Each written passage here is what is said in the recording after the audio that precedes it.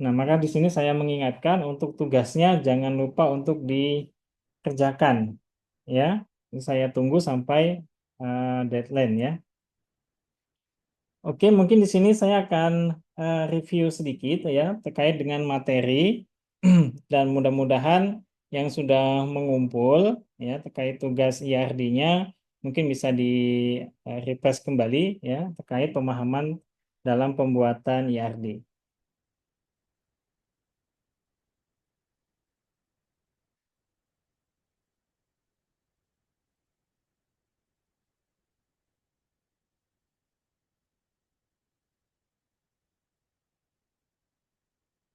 Oke, apakah terlihat jelas layar saya? Jelas Pak, jelas. Jelas ya. Oke, baik. Nah, di sini saya akan sedikit ya mengupas materi terkait dengan IRD ya atau yang eh, kepanjangan dari Entity Relationship Diagram.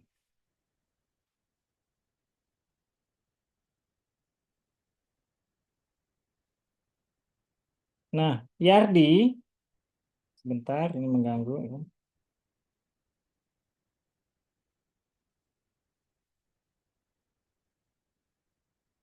Oke.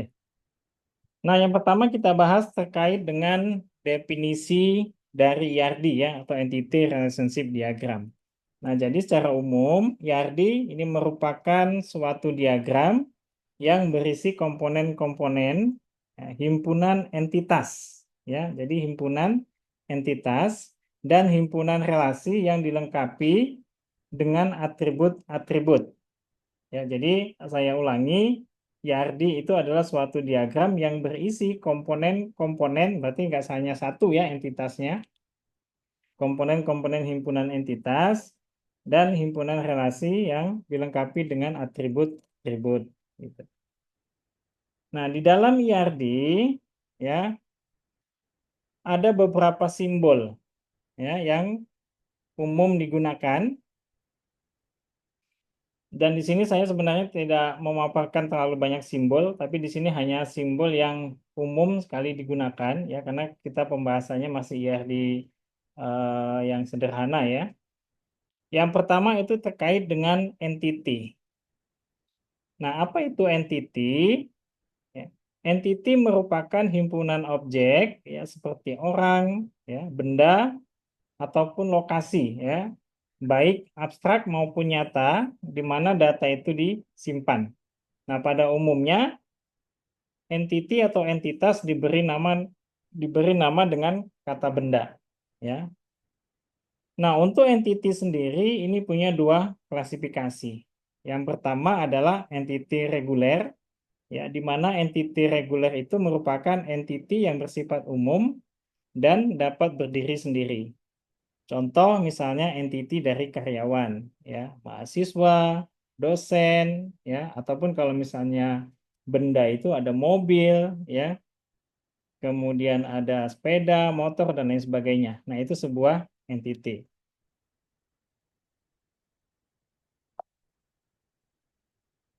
Kemudian yang kedua ada entity yang lemah. Ya, kalau tadi entity reguler itu bisa dikatakan sebagai entity yang sifatnya strong ya, karena mampu berdiri sendiri. Kemudian ada entity yang kedua ini adalah entity yang lemah ya.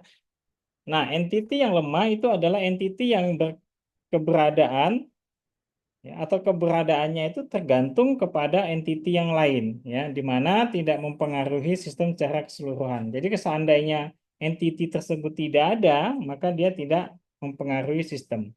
Ya, misalnya anak karyawan ya. Nah, jadi anak karyawan itu nggak ada kalau tidak ada entity karyawan gitu. Jadi dia bergantung sekali dengan entity yang lain ya. Kemudian misalnya apalagi contohnya? Nama belakang. Nah, itu nggak ada kalau nggak ada entity nama ya dan lain sebagainya. Kemudian pada entity ya, properti yang digunakan atau simbol yang digunakan ya itu adalah dalam bentuk persegi. Nah, jadi kalau kita membuat diagram entity IRD, maka untuk menunjukkan dia itu adalah properti dari entitas, sebuah entitas, maka kita bisa gambarkan dia dengan gambar persegi, ya. Dan ini saya yakin semuanya sudah paham, ya. Selanjutnya terkait dengan atribut, ya. Nah, atribut ini adalah suatu yang menjelaskan apa sebenarnya yang dimaksud dengan entitas maupun relasi. Ya, sehingga sering disebut sebagai elemen data dari sebuah entitas ataupun relasi. Ya. Simbol untuk atribut itu disimbolkan dengan apa ya, opal ya, tanda opal ya, yang menandakan itu merupakan sebuah atribut. Contoh misalnya himpunan atribut ya dari sebuah himpunan entitas mahasiswa ya, bisa kita lihat ya seperti ini misalnya. Jadi entitasnya itu ada mahasiswa. Jadi atribut yang bisa kita berikan misalnya terkait dengan NPM ya. Jadi mahasiswa itu punya NPM, kemudian punya nama mahasiswa, ya, ada alamat dan juga ada tanggal lahir.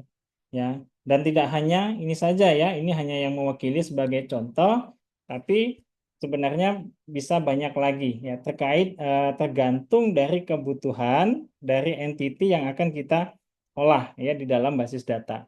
Itu jadi bisa banyak ya, bisa banyak entity yang kita butuhkan ya dalam sebuah butuh ada banyak atribut yang kita butuhkan ya dalam setiap entitas gitu. Jadi memang tergantung dari kebutuhan basis datanya. Nah, cara penggambarannya ya di dalam IRD kira-kira seperti ini ya. Jadi ada mahasiswa ini sebagai entitas, kemudian ada NPM, alamat mahasiswa, nama mahasiswa dan juga tanggal lahir ini sebagai atribut.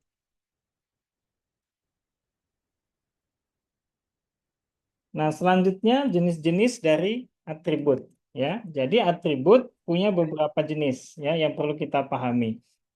Yang pertama ini terkait dengan atribut simple.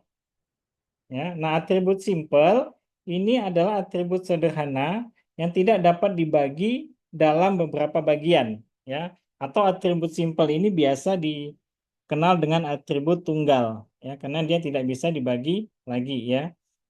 Jadi contohnya misalnya kalau di dalam contoh, ya, seperti NPM, ya, alamat mahasiswa, nama mahasiswa, tanggal lahir ini merupakan atribut tunggal, ya, seperti itu.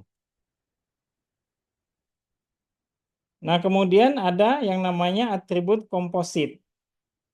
Jadi atribut komposit ini adalah atribut yang dapat dibagi lagi dalam beberapa bagian.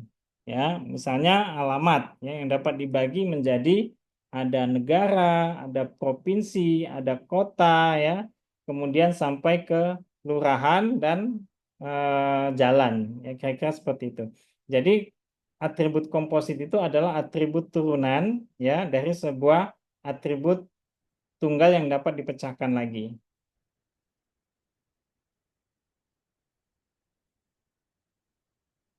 Kemudian berikutnya adalah atribut single value ya. Nah, atribut yang memiliki paling banyak satu nilai ya untuk setiap baris datanya. Selanjutnya ada atribut multi value ya. Nah, ini atribut yang dapat diisi dengan lebih satu nilai ya, tetapi jenisnya masih sama. Ya, misalnya ada nomor telepon, alamat, gelar, ya, dan lain-lain. Kemudian selanjutnya atribut turunan. Atribut turunan ini adalah atribut yang diperoleh dari pengolahan atribut lain yang masih berhubungan, ya. Misalnya adalah umur dan IP, ya. Nah, contoh atribut turunan itu misalnya karena dia merupakan hasil pengolahan ya dari atribut lain, maka harus ada ya atribut yang menjadi atribut utamanya. Ya, misalnya terkait dengan atribut turunannya misalnya umur. Nah, maka harus ada atribut utamanya yaitu tanggal lahir gitu. Jadi kalau misalnya tanggal lahir nggak ada, gimana umur itu bisa dihitung? Ya, kira-kira seperti itu. Kemudian ada IP misalnya, IP, indeks prestasi. Nah, ini atribut turunan IP ini ada jika ada atribut misalnya nilai yang diinputkan gitu. Ada atribut nilai ya yang diinputkan, maka nanti akan ada bisa dihitung yang namanya atribut turunannya yaitu IP gitu. Kemudian yang terakhir atribut kunci. Nah, atribut kunci ini adalah atribut yang dijadikan kunci untuk mencari data dalam sebuah relasi. Nah, biasanya atribut kunci ini dipilih adalah atribut yang memiliki harus minimal itu dia memiliki 3 syarat ya untuk dijadikan dia sebagai atribut kunci. Yang pertama adalah unik. Ya, unik itu artinya atribut tersebut tidak ada berisi data yang sama antara satu dengan yang lain. Kalau kita lihat contoh misalnya kita balik ke belakang, oh sorry.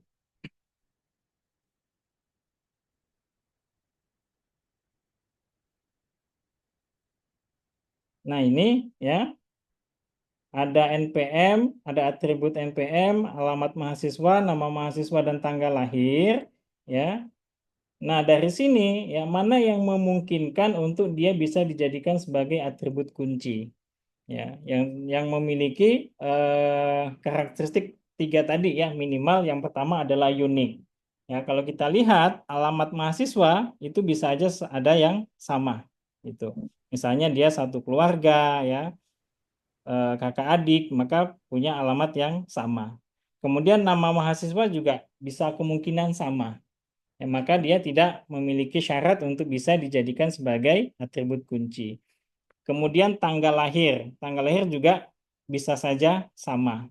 Ya, jadi dia tidak mempunyai syarat untuk bisa dijadikan sebagai atribut kunci. Nah, mana yang memungkinkan untuk bisa dijadikan atribut kunci yaitu adalah NPM ya atau NIM. Karena NPM mahasiswa itu tidak akan pernah sama ya. Jadi di dalam satu kampus, sebuah kampus NPM mahasiswa itu mau dari mulai semester awal ya, semester 1 misalnya sampai dengan semester 6 itu tidak akan ada yang sama.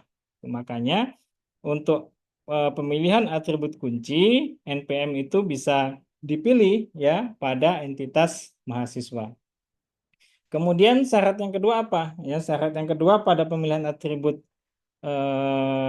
kunci adalah dia tidak bisa nol ya atau tidak memungkinkan datanya itu kosong ya itu. Kalau misalnya eh, kalau dari 4 atribut ini mungkin ada isinya ya, semua memungkinkan ya. Atau memang harus ada isinya, misalnya nama mahasiswa, tanggal lahir, alamat mahasiswa, itu kan datanya real, maksudnya ada. Nah, misalnya ada atribut lagi, contohnya misalnya nomor telepon. Ketika mahasiswa itu tidak punya telepon, otomatis atribut teleponnya kan tidak ada ya, karena dia tidak punya telepon. Nah, itu kan dia memungkinkan untuk nol, tidak diisi. Nah, nanti kalau misalnya atribut handphone tadi, ya itu tidak bisa dijadikan sebagai atribut kunci. Walaupun nomor handphone itu tidak mungkin ada yang sama, ya kan? Nomor handphone itu tidak akan mungkin ada yang sama gitu. Tetapi kenapa dia tidak bisa dijadikan sebagai kunci, ya atribut kunci? Karena ada apa namanya secara real, misalnya ada mahasiswa yang kemungkinan tidak punya nomor telepon gitu atau nomor handphone.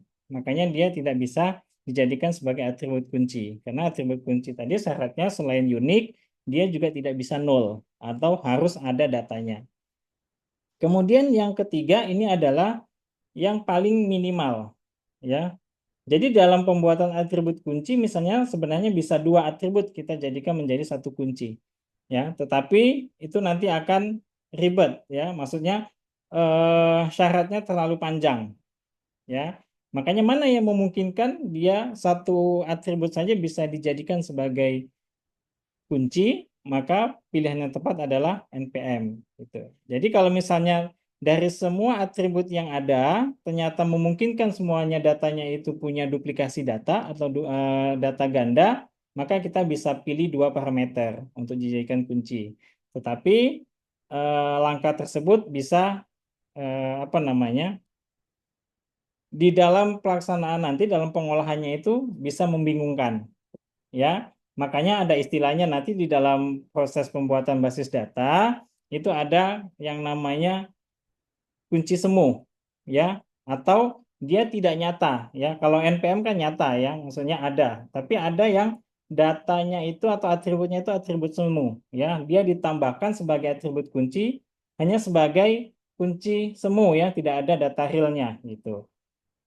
Contoh misalnya kita membuat atau merelasikan data KRS misalnya, ya. Kalau KRS itu dalamnya kan mungkin ada nama mata kuliah, SKS, semester, dan lain sebagainya.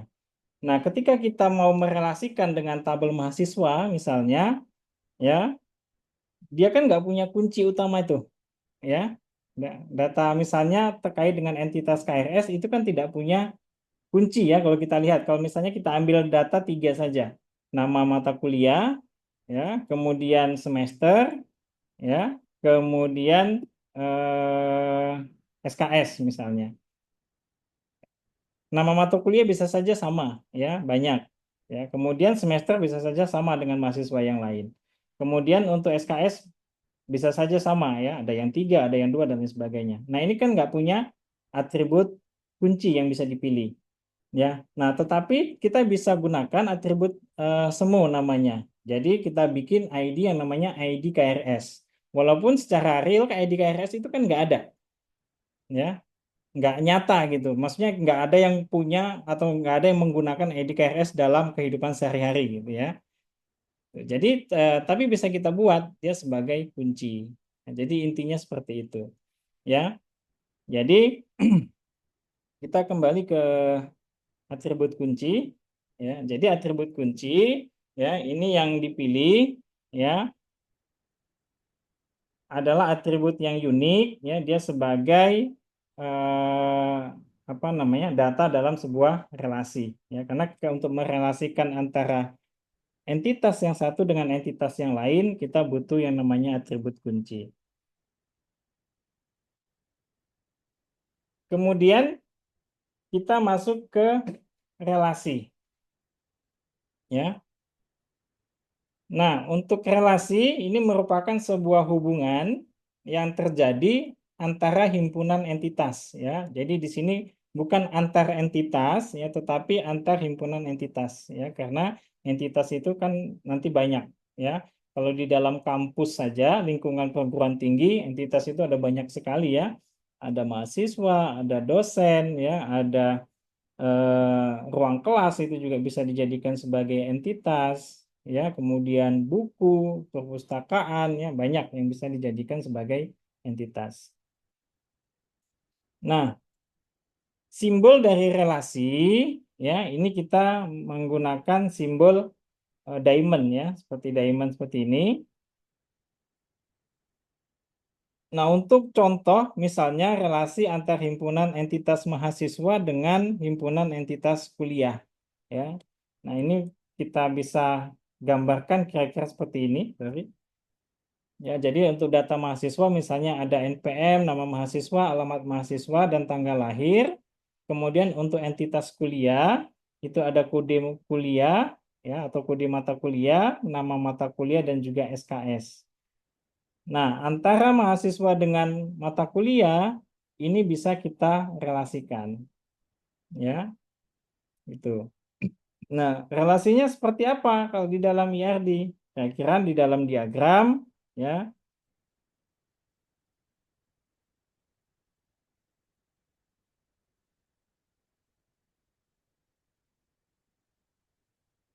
Ini sepertinya saya ada yang terhapus satu nih, tapi nggak apa-apa.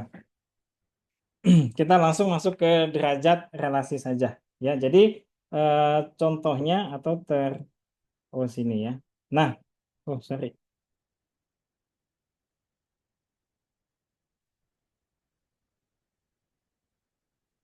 Oke, kita ke derajat relasi saja. Nanti di sini ada contohnya juga. Nah, derajat relasi ini menunjukkan banyak himpunan ya entitas yang saling berelasi. Jenis derajat himpunan relasi itu terbagi menjadi 3 ya. Yang pertama adalah derajat 1 ya atau yang disebut sebagai unary degree.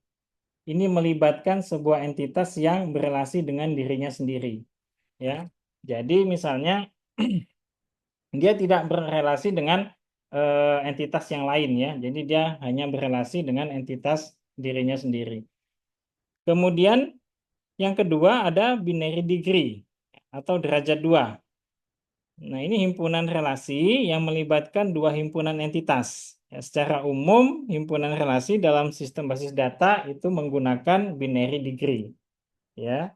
Kemudian yang ketiga, ini adalah ternary degree ya atau derajat 3, di mana himpunan relasi memungkinkan untuk melibatkan lebih dari dua himpunan entitas. Nah, kalau kita lihat diagramnya, kira-kira seperti ini ya. Jadi contoh misalnya untuk yang unary ya, atau yang derajat 1, dia hanya bisa ya berelasi dengan dirinya sendiri. Contoh di sini adalah mata kuliah dengan prasyarat. Ya, relasinya adalah prasyarat. Ya, jadi dia tidak ada entitas yang lain. Ya, jadi dia berelasi dengan entitas dia sendiri. Kemudian ada untuk yang kedua, contoh dari binary degree atau derajat yang kedua itu misalnya antara entitas mahasiswa dengan mata kuliah ya, di mana sebagai relasinya yaitu adalah mengambil ya atau ambil. Jadi mahasiswa mengambil sebuah mata kuliah ya. Nah, untuk yang 1M ya, M1 ini nanti saya jelaskan di next slide berikutnya ya. Kemudian untuk yang derajat 3 atau ternary degree ya, ini yang memungkinkan ya relasi itu terjadi dari dua entitas atau lebih. Ya, misalnya ada mahasiswa, entitas mahasiswa, ada entitas dosen dan ada entitas skripsi. Ya, di mana mahasiswa itu bisa mengambil ya skripsi dan juga mengambil dosen ya untuk sebagai misalnya pembimbing skripsinya. Seperti itu.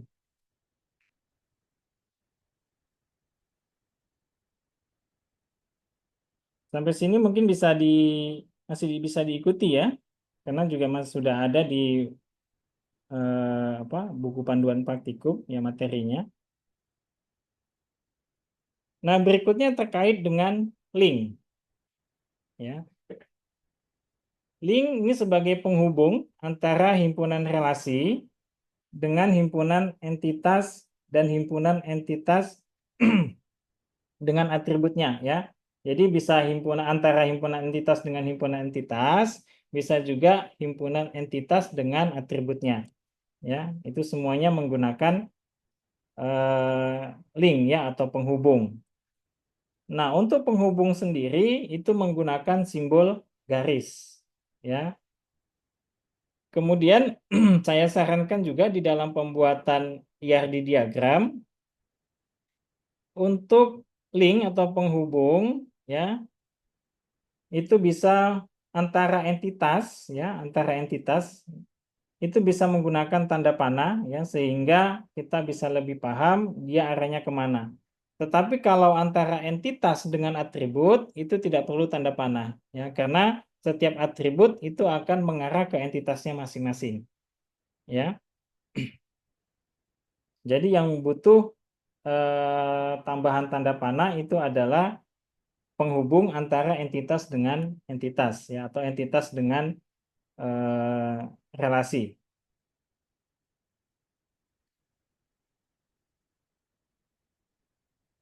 Oke, berikutnya terkait dengan kardinalitas. Ya. Nah, kardinalitas ya, di dalam IRD ini menunjukkan hubungan maksimal ya, yang terjadi dari himpunan entitas yang satu dengan himpunan entitas yang lain ya, atau sebaliknya. Di dalam diagram IRD ya juga menunjukkan tingkat hubungan yang terjadi antar entitas itu dibagi menjadi 3 tingkat. Ya. Yang pertama adalah tingkatan di dalam IRD menurut Chen. Jadi menurut Chen ada 3 tingkatan ya. Yang pertama adalah one to one ya. Jadi di mana one to one itu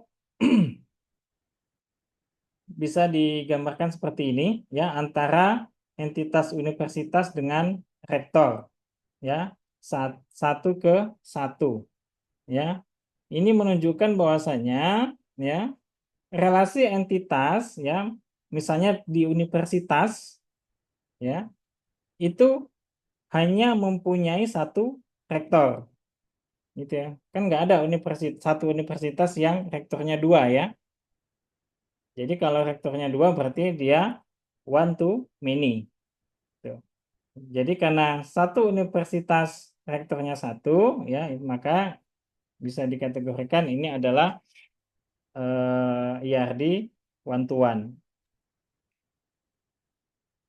Kemudian apalagi misalnya antara dosen dan jurusan. Ya. Misalnya untuk entitas dosen, dia punya atribut kode dosen, alamat dosen, dan nama dosen. Ya. Kemudian ada relasi, ya. Ini misalnya mengepalai, ya. Kemudian ada entitas jurusan. Ya, jadi intinya, ya, dosen, ya, yang diperbolehkan mengepalai jurusan itu hanya ada satu, ya. Jadi satu dosen untuk satu jurusan. Makanya di sini contoh dari one to one. Berikutnya lagi contoh dari one to many ya. Kalau tadi one to one satu ke satu, ada juga one to many ya yang bisa dituliskan misalnya ya 1:m ataupun 1:n ya. Ini sama saja ya. Nah, contoh misalnya terkait relasi datanya itu adalah entitas bapak dengan entitas anak ya. Jadi satu bapak ini memungkinkan punya banyak anak gitu. Misalnya bapaknya Sudrajat ya, ini anaknya itu mungkin bisa si A, si B dan si C gitu ya. Jadi one to many gitu. Jadi anaknya itu memungkinkan 3 anak atau 2 anak itu dipimpin oleh satu bapak.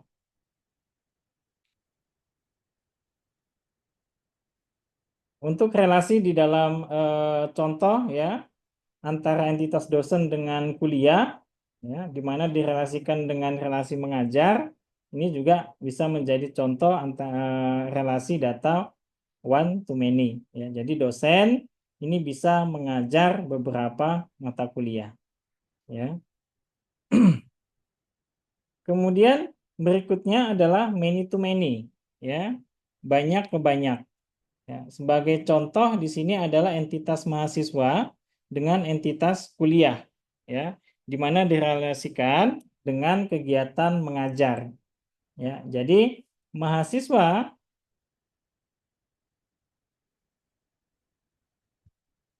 ini bukan mengajar ya, sorry ini salah ini mungkin yang cocok itu adalah belajar ya. Jadi mahasiswa ya itu bisa belajar ya beberapa mata kuliah atau mahasiswa bisa mengambil beberapa mata kuliah untuk belajar untuk di dalam perkuliahan atau sebaliknya ya mata kuliah ya beberapa mata kuliah ini bisa diambil oleh beberapa mahasiswa. Ya, sebagai contoh misalnya mahasiswa A ya pada semester 2 dia mengambil mata kuliah 1, 2, 3 dan 4 gitu ya. Kemudian mata kuliah ini juga bisa diambil oleh beberapa mahasiswa. Contoh misalnya mata kuliah basis data. ya itu bisa diambil oleh mahasiswa 1, mahasiswa 2, mahasiswa 3, dan mahasiswa 4. Kira-kira seperti itu.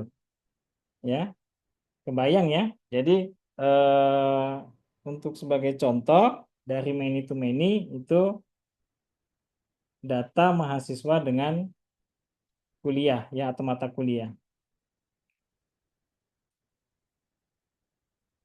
Selanjutnya terkait dengan tahapan pembuatan diagram IRD. Ya. Nah, langkah teknis atau langkah-langkah teknis yang dapat diambil untuk menghasilkan IRD, yang pertama itu adalah mengidentifikasi dan menetapkan seluruh himpunan entitas ya, yang akan terlibat. Ya, jadi yang pertama yang harus dilakukan ini terkait tugasnya ya. Ini yang relevan sekali dengan tugasnya yang harus dilakukan, walaupun sudah ada soalnya, yaitu mengidentifikasi dan menetapkan seluruh himpunan entitas yang akan terlibat. Ya, misalnya contoh adalah entitas mahasiswa.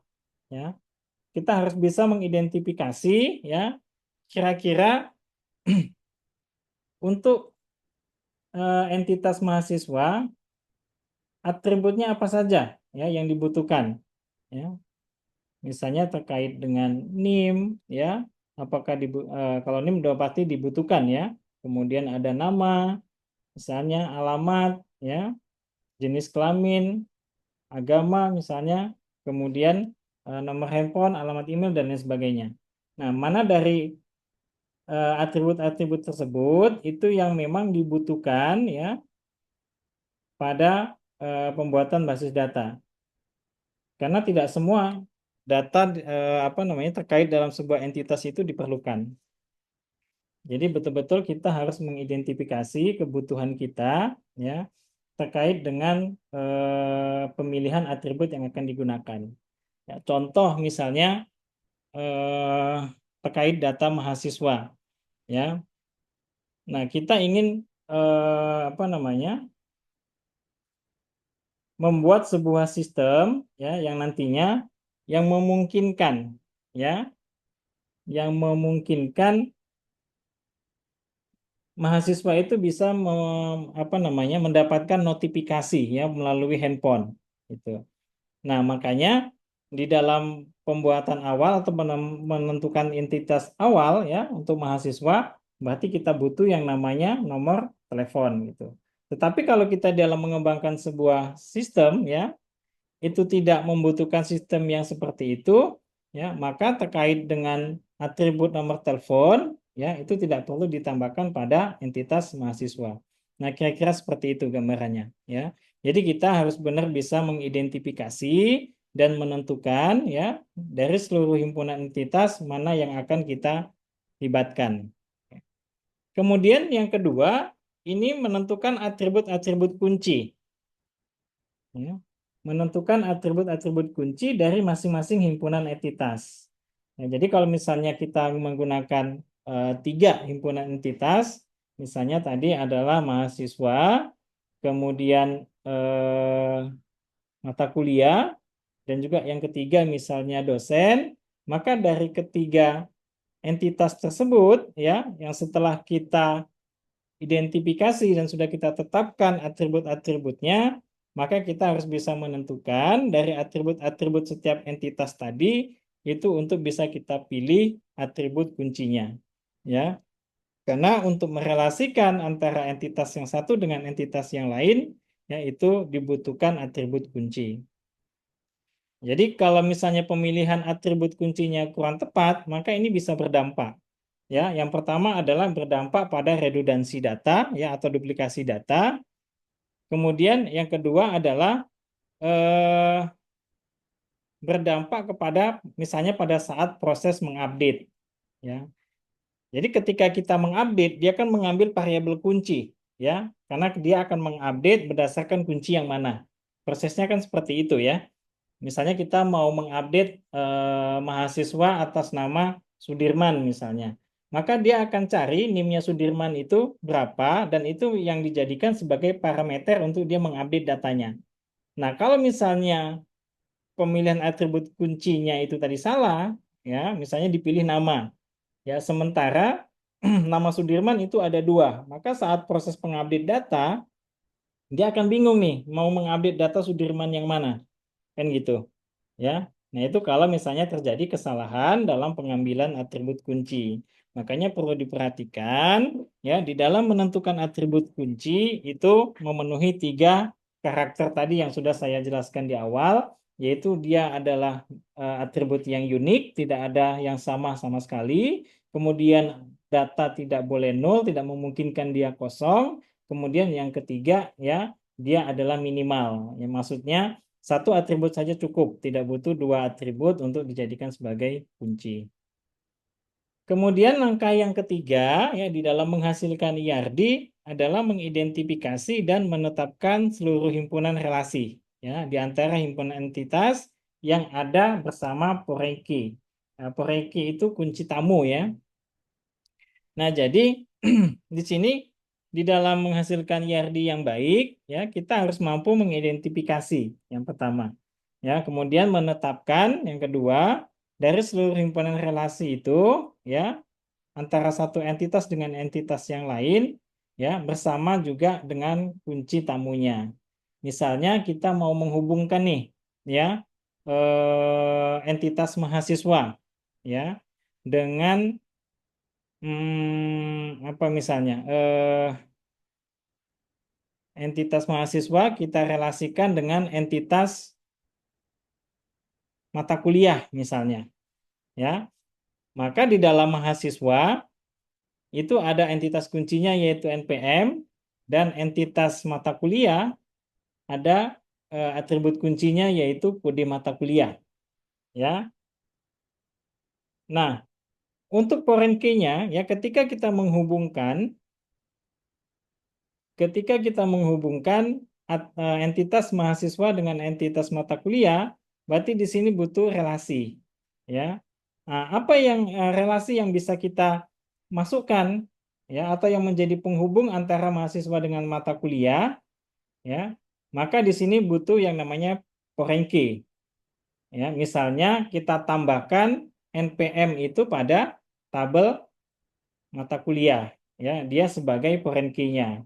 Jadi setiap mata kuliah yang diambil dia akan tahu nih mata kuliah yang diambil oleh siapa, ya. Dengan cara dia akan mengidentifikasi, ya, kunci tamu, ya, dia ke NPM siapa. Kira-kira seperti itu, ya. Ada gambaran ya. Jadi untuk menghasilkan IRD yang baik kita juga harus bisa mengidentifikasi dan menetapkan, ya, dari seluruh himpunan relasi dalam himpunan entitas itu foreign key-nya seperti apa. Ya, tadi saya contohkan, ya, saya ulang lagi, misalnya kita mau menghubungkan nih, ya, antara mahasiswa dengan mata kuliah, ya. Di antara tabel mahasiswa, ya, atau entitas mahasiswa dengan entitas mata kuliah, ya.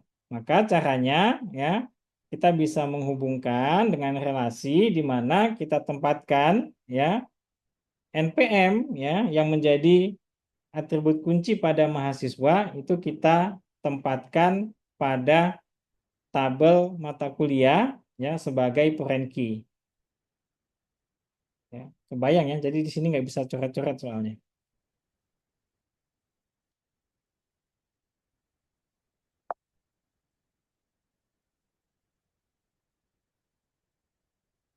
Nah, selanjutnya langkah yang keempat ini adalah menentukan derajat, ya, atau kardinal relasi untuk setiap himpunan. Nah, ini juga kalau tidak salah diminta juga, ya, pada tugas 1, yaitu menentukan kardinal atau derajat relasinya. Jadi kita harus bisa menentukan, ya, relasi antar entitas itu apakah dia one to many, ya, atau many to one, ataupun many to many, ya. Jadi kalau one to many dengan many to one itu sebenarnya sama, ya, tergantung sudut pandangnya saja, ya. Dibalik saja soalnya. Kemudian yang kelima ini adalah melengkapi himpunan entitas dengan himpunan relasi dengan atribut-atribut deskriptif, ya, atau non kunci. Jadi kita bisa tambahkan ya himpunan-himpunan entitas tadi ya ke dalam himpunan relasi itu dengan atribut-atribut tambahan ya yang tidak memiliki atribut kunci. Jadi jangan salah ya adik-adik, selain entitas, relasi itu juga punya atribut ya. Jadi tidak hanya entitas, relasi juga punya atribut ya. Misalnya eh, kita mau merelasikan entitas mahasiswa dengan buku ya dalam sistem perpustakaan misalnya. Nah, bagaimana kita bisa merelasikan ya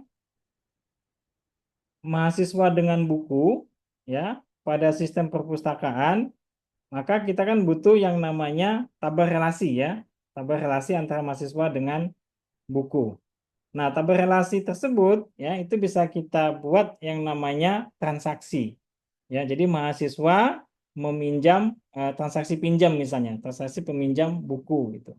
Jadi di dalam relasi peminjaman tadi itu dia juga memungkinkan untuk memiliki atribut. Ya, atributnya apa?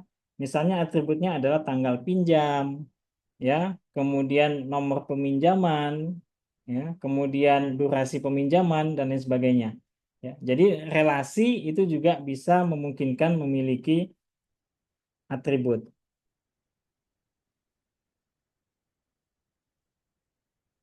Nah, ini sebagai contoh ya dari diagram IR sederhana ya bisa dilihat ya rekan-rekan Newton ini derajat relasinya menggunakan many to many ya. Jadi mahasiswa ya ini mengambil mata kuliah ya. Jadi di sini ada entitas mahasiswa dengan entitas mata kuliah di mana relasinya itu adalah mengajar ya atau belajar. Ya, jadi di sini yang tadi saya bilang ya, jadi relasi itu juga punya entitas. Sorry, relasi itu juga punya atribut, yaitu atribut NIM dan atribut kode kuliah.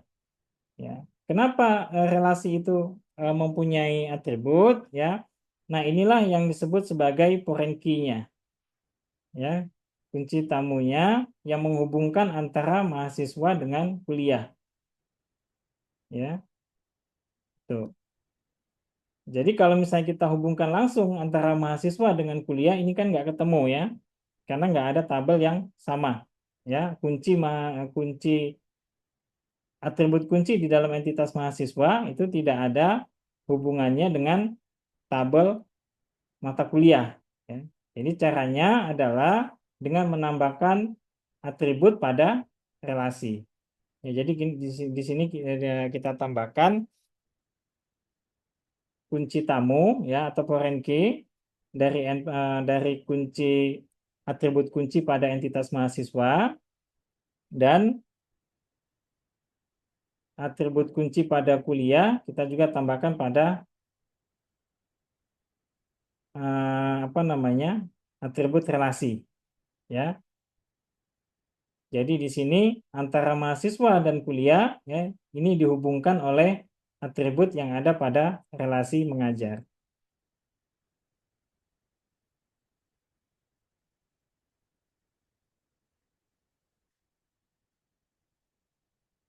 Nah, ini contohnya misalnya ya, kita punya tabel entitas mahasiswa ya yang terdiri dari nomor ya. Nomor nggak usah ya, mungkin ini bisa kita output ya tanpa membuat ininya, membuat entitas atributnya. Kita langsung aja atributnya itu misalnya nama ya, NIM, sorry, NIM, nama dan alamat ya. Di mana di sini untuk tipe datanya ya, kemudian ada panjang datanya dan juga keterangannya ya. Nah, output yang kita mau misalnya seperti ini ya. Ada NIM ya, kemudian nama mahasiswanya siapa dan alamat mahasiswanya di mana.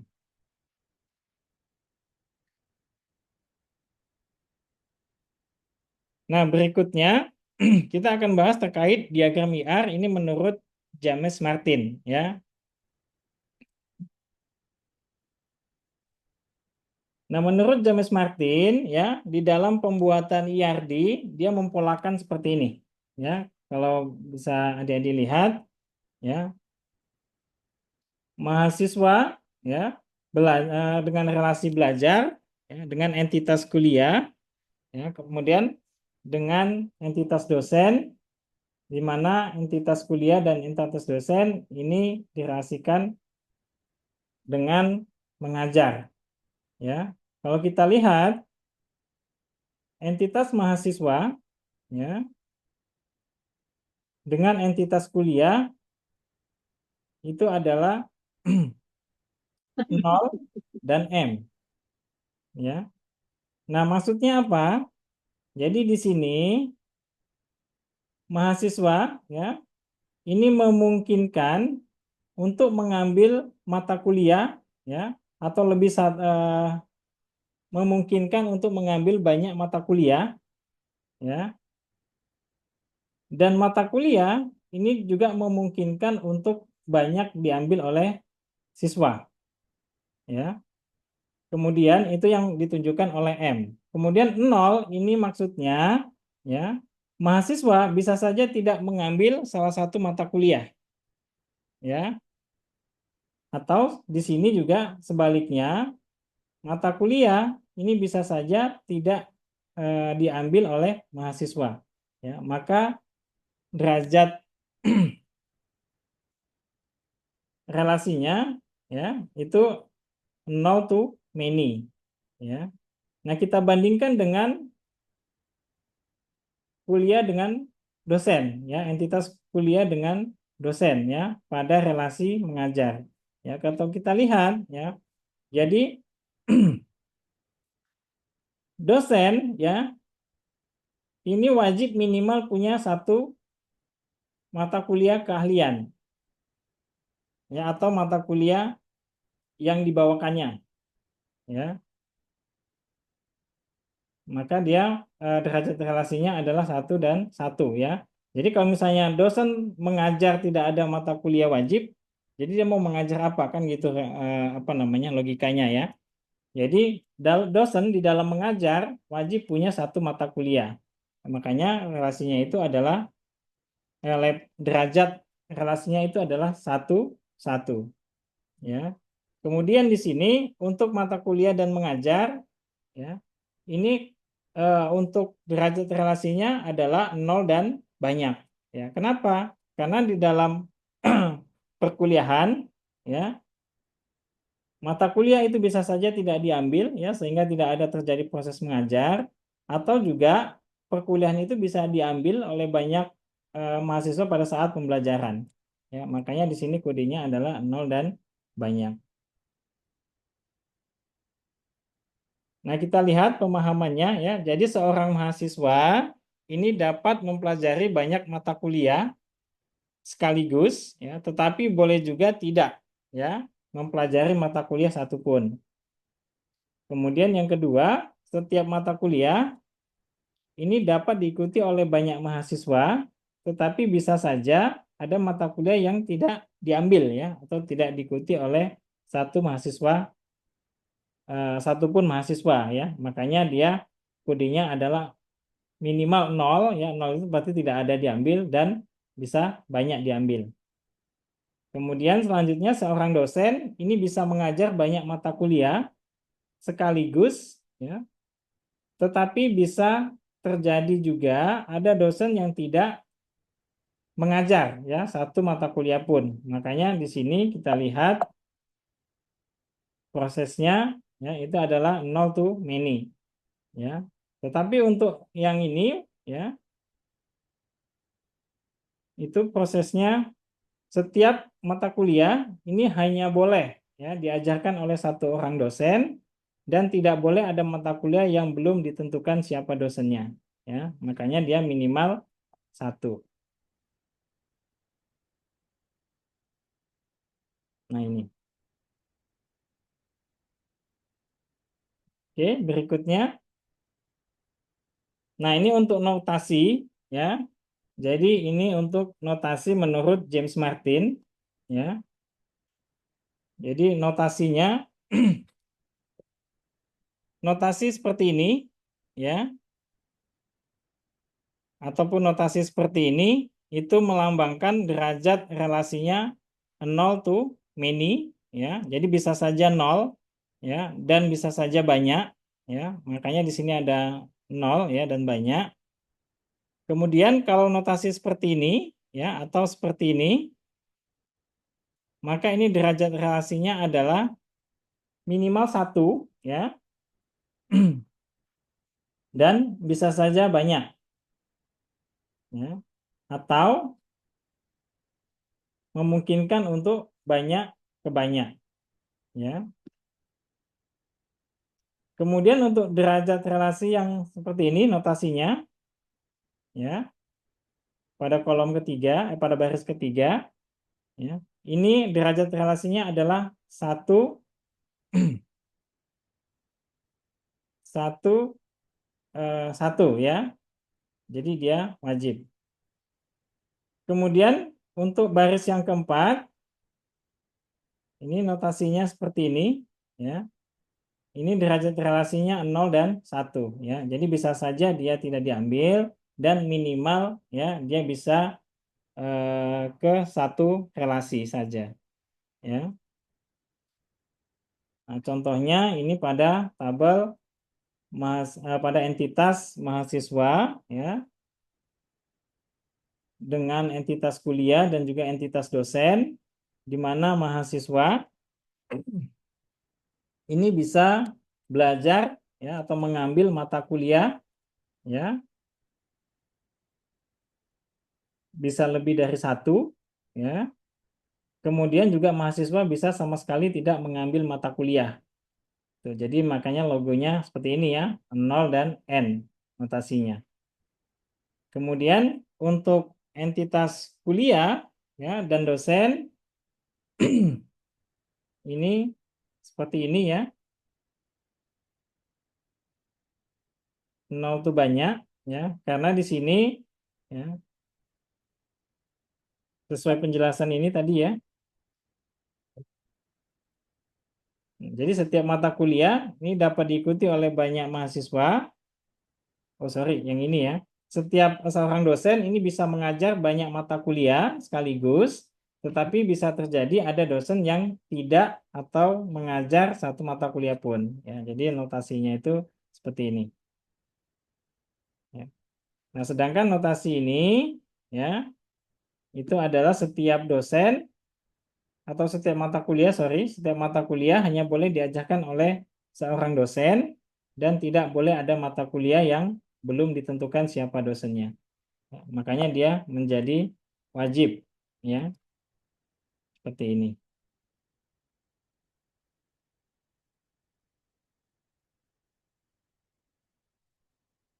Oke, mungkin itu saja, ya, review dari mata kuliah IRD kita, ya, terkait dengan pembuatan IRD dalam basis data.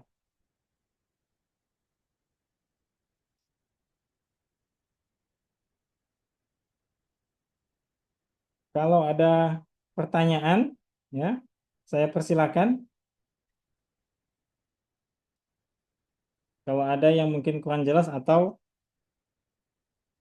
ada yang mau ditanyakan terkait dengan tugasnya,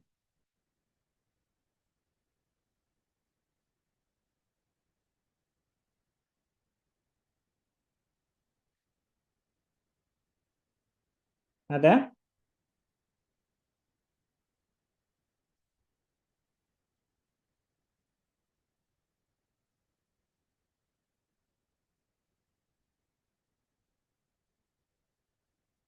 Terkait tugasnya, apakah ada kendala?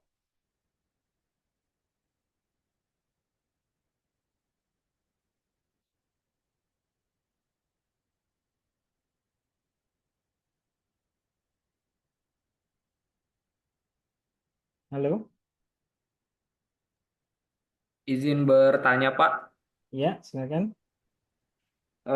Untuk relasi dengan relasi itu bisa dihubungkan langsung dengan link atau dihubungkannya menggunakan entitas terlebih dahulu, baru bisa terhubung dengan relasi yang satunya, Pak. Oke. Nah, untuk relasi ke relasi ya. Ya, betul, Pak. Eh, Kalau untuk relasi ke relasi ya, sebenarnya bisa langsung ya. Karena di dalam relasi itu kan punya yang namanya atribut relasi. Ya, saya contohkan misalnya tadi terkait dengan apa namanya? Ini saya buka kembali deh biar gampang ya.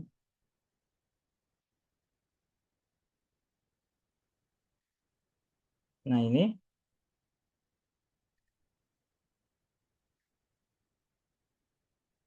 Nah, di sini kan ada relasi mengajar ya. Tapi relasi mengajar ini ya, kita tambahkan sebuah atribut berupa NIM ya dan juga kode mata kuliah. Di mana NIM dan di sini dan kode mata kuliah ini kita jadikan sebagai foreign key ya di dalam atribut relasi. Tuh. Jadi kalau misalnya kita mau menghubungkan antara relasi dengan relasi ya itu bisa saja ya langsung ya dengan link ya atau dengan penghubung, tapi kita harus benar-benar tahu ya kira-kira atribut apa ya pada relasi tersebut itu yang bisa menghubungkan ya antara relasi yang satu dengan relasi yang lain.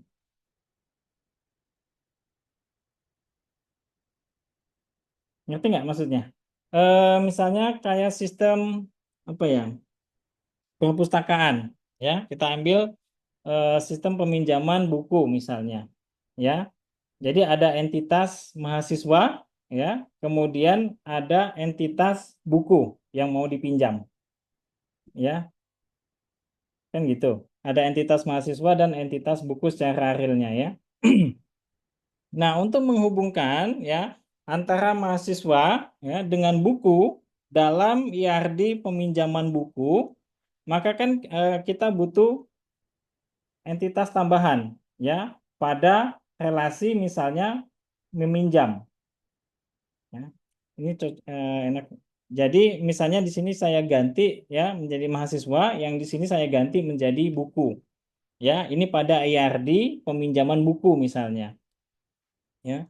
Nah, untuk menghubungkan antara mahasiswa dengan buku ya, kita relasikan dengan meminjam ya, relasinya itu adalah meminjam. Nah, gimana mahasiswa ya bisa kita tahu dia pinjam buku apa ya, maka di dalam meminjam itu kita harus tentukan ya untuk merelasikan antara mahasiswa dengan buku itu dengan atribut tambahan, yaitu misalnya dengan menambahkan ya atribut NIM ya dari mahasiswa yang kita ambil yang kita masukkan ke dalam atribut relasi itu sebagai kunci yang menghubungkan dari mahasiswa. Kemudian kita ambil juga ya misalnya kode buku ya yang kita ambil dari entitas buku ya yang kita masukkan ke dalam relasi peminjaman ya sebagai kode foreign key yang menghubungkan ke entitas buku. Tuh. Kemudian misalnya ini kan relasinya tadi meminjam.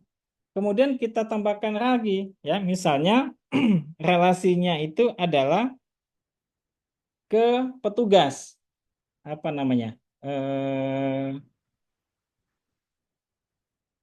operator ya atau pustakawan ya. Tapi kalau pustakawan itu jatuhnya dia bukan ke relasi ya, tapi dia jatuhnya ke entitas ya, karena kan real dia ya, bukan sebuah relasi. Tuh, contohnya apa yang kira-kira ya? Atau Romi ada contoh misalnya entitas ke entitas? Saya belum kebayang soalnya. Entitas ke entitas, relasi ke relasi. Untuk relasi ke relasi, mungkin saya tidak ada contoh, Pak. Cuma yang sudah Bapak jelaskan, berarti untuk menghubungkan antara relasi dengan relasi itu tidak harus menggunakan entitas ya, Pak. Yang penting dari relasi tersebut ada atribut yang sama-sama bisa menghubungkan dari relasi yang satu dengan relasi yang satu. Seperti itu Ya, ya, Pak. ya benar. Oke, terima kasih, Pak. Tapi itu jarang terjadi ya sebenarnya, karena biasanya antara entitas ya dan relasi ya itu eh, apa namanya, antara setiap entitas itu biasanya dihubungkan oleh satu relasi. Gitu. Jadi nggak bisa antara satu entitas dengan entitas yang lain itu dihubungkan oleh dua relasi. Ya, biasanya seperti itu. Baik, terima kasih. Ya, ada lagi yang lain mungkin?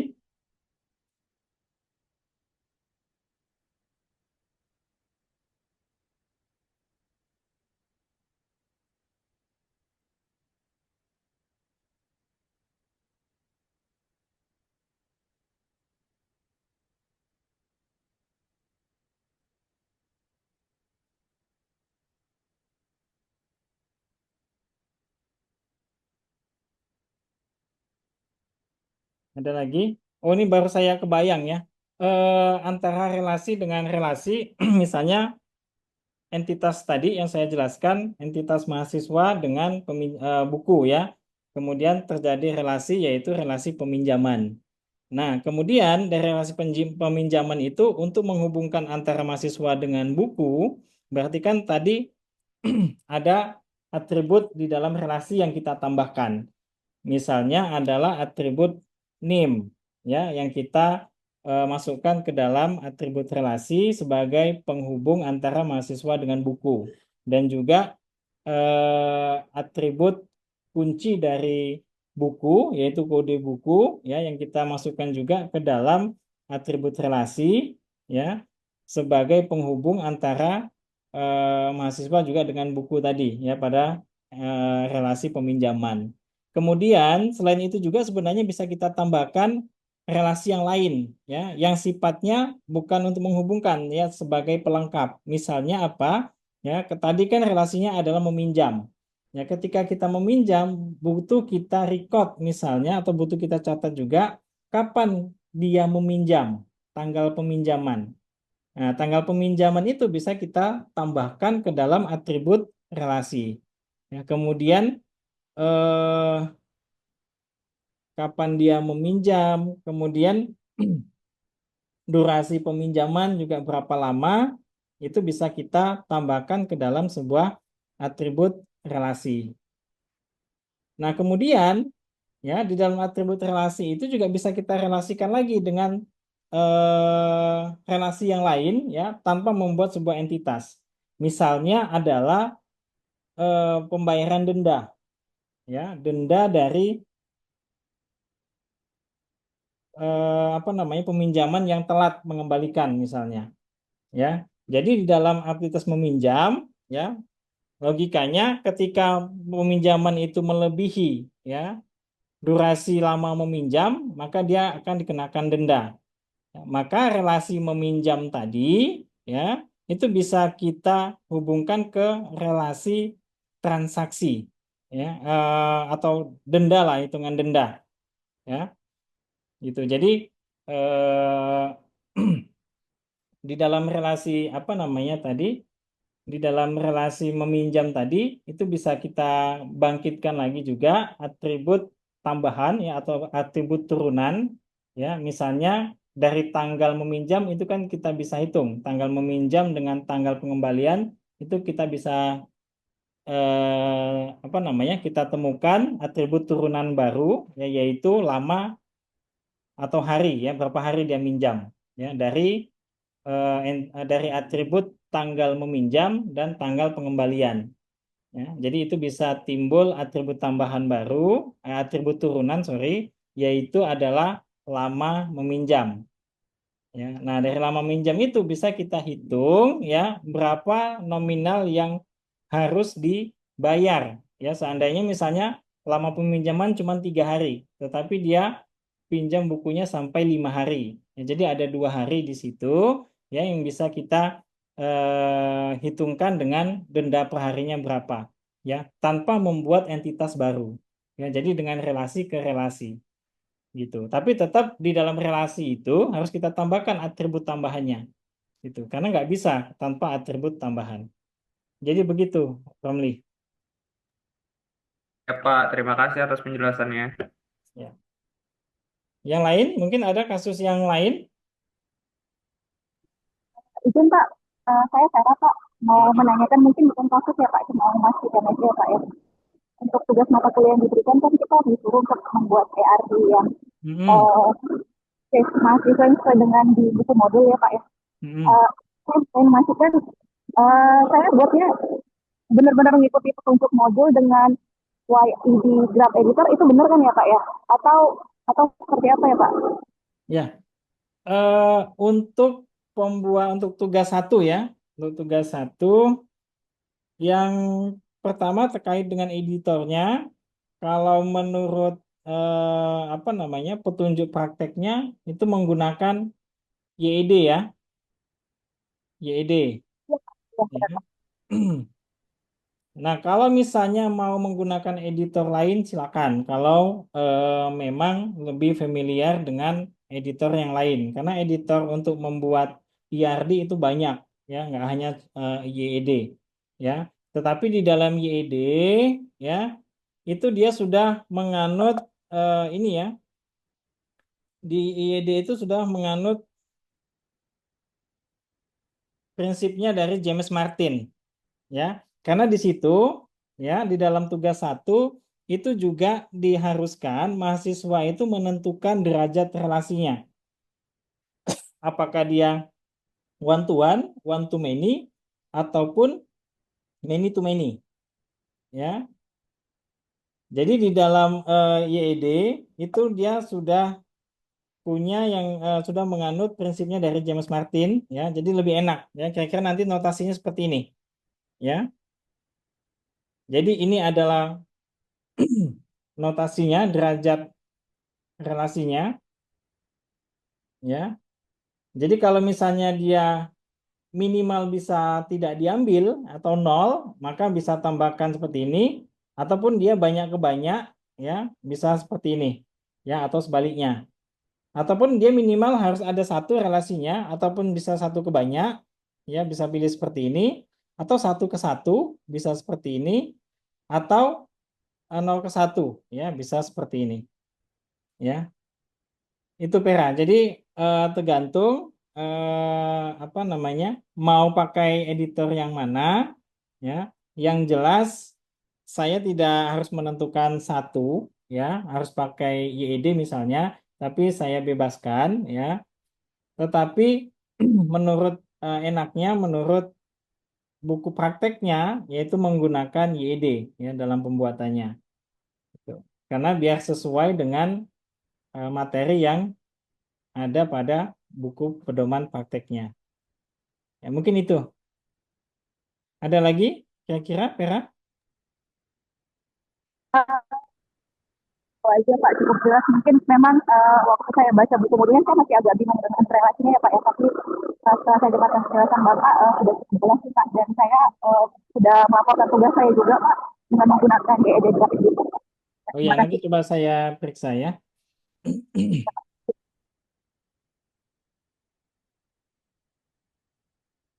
Untuk yang lain gimana?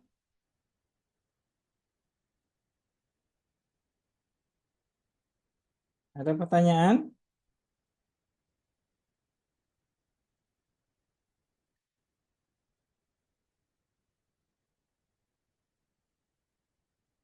Ya, mungkin kalau tidak ada pertanyaan, saya cukupkan sampai di sini ya.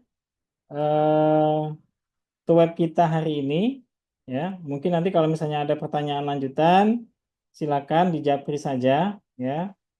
Kemudian saran saya ya untuk progres pembelajarannya itu ditingkatkan ya sesuai dengan tahapan-tahapan dari aktivitas 1 sampai dengan aktivitas 6. Ya, karena saya lihat juga kita sudah sampai ke aktivitas belajar 7 ya sebenarnya, tapi ada juga aktivitas belajar 1 itu yang belum terkerjakan. Ya. Jadi coba dimonitoring lagi ya terkait dengan progres belajarnya. Kemudian saya ingatkan kembali ya bahwasanya dalam mata kuliah berpraktik itu yang dinilai ya yang penilaian utamanya itu adalah dari dari 3 tugas yang dilakukan. Ya, nanti kan ini tugas 1, nanti ada tugas 2 dan tugas 3, itu wajib untuk dikerjakan, karena salah satu saja tidak dikerjakan, itu sudah otomasi ya bahwasanya siswa itu mendapatkan nilai E ya. Kemudian mudah-mudahan saya bisa sering ya memantau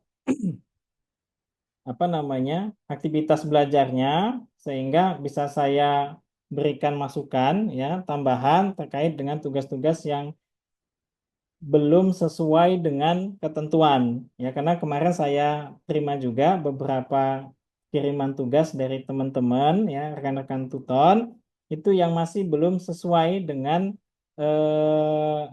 ketentuannya ya. Jadi tolong baca ketentuannya, apa yang diminta ya, itulah yang diikuti ya. Karena kemarin ada yang cuman ngirimkan tulisan saja ya, videonya nggak ada gitu. Sementara yang dimintakan ada video ya yang menampilkan kalian itu sedang mengerjakan tugas prakteknya. Kemudian juga di dalam pembuatan video itu ada ada poin-poin yang harus diikuti, misalnya memperkenalkan diri ya, kemudian menjelaskan dan lain sebagainya. Ya, mungkin itu ya yang perlu saya sampaikan.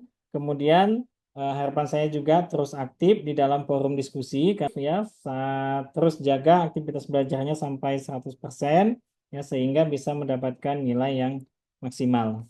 Ya, mungkin itu saja ya untuk hari ini dari web kita. Kemudian saya izin untuk dokumentasi ya. Yang memungkinkan untuk bisa on cam silakan di on cam ya.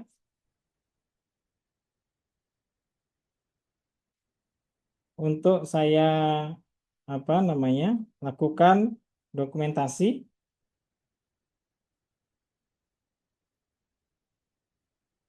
Ya, izin ya, saya ambil dokumentasinya.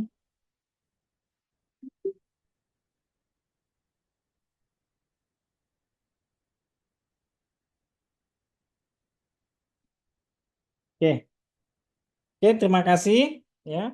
Mungkin itu saja yang perlu saya sampaikan ya. Ingat kita tergabung di dalam grup WA. Jadi kalau misalnya ada pertanyaan tambahan, ya silakan dijawab saja, tidak apa-apa. Ya, oke, itu saja untuk hari ini. Saya ucapkan terima kasih atas kehadirannya. Saya akhiri. Assalamualaikum warahmatullahi wabarakatuh. Selamat sore. Assalamualaikum warahmatullahi wabarakatuh. Siap. Terima kasih, Pak. Yuk, terima kasih sama-sama.